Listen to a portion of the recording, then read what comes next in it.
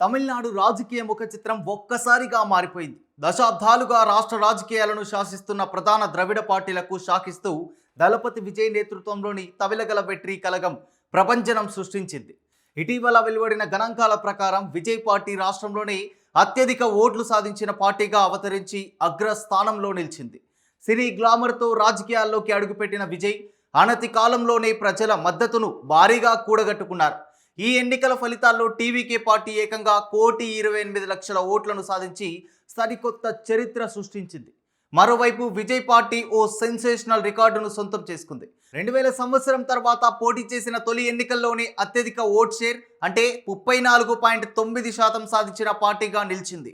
2013లో ఆప్ ఢిల్లీలో 29.5%, 2014లో వైఎస్ఆర్సీపీ ఏపీలో 27.9%, 2005లో ఎల్జేపీ బీహార్లో 12.6%, 2004లో టీఆర్ఎస్ ఉమ్మడి ఆంధ్రప్రదేశ్లో 6.7% ఓటు సాధించాయి.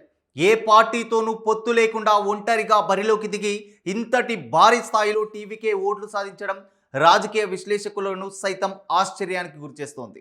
ఇక విజయ్ చరిష్మా, ఆయన పార్టీ సిద్ధాంతాలు ప్రజల్లోకి బలంగా వెళ్ళాయని ఈ గణాంకాలు నిరూపిస్తున్నాయి.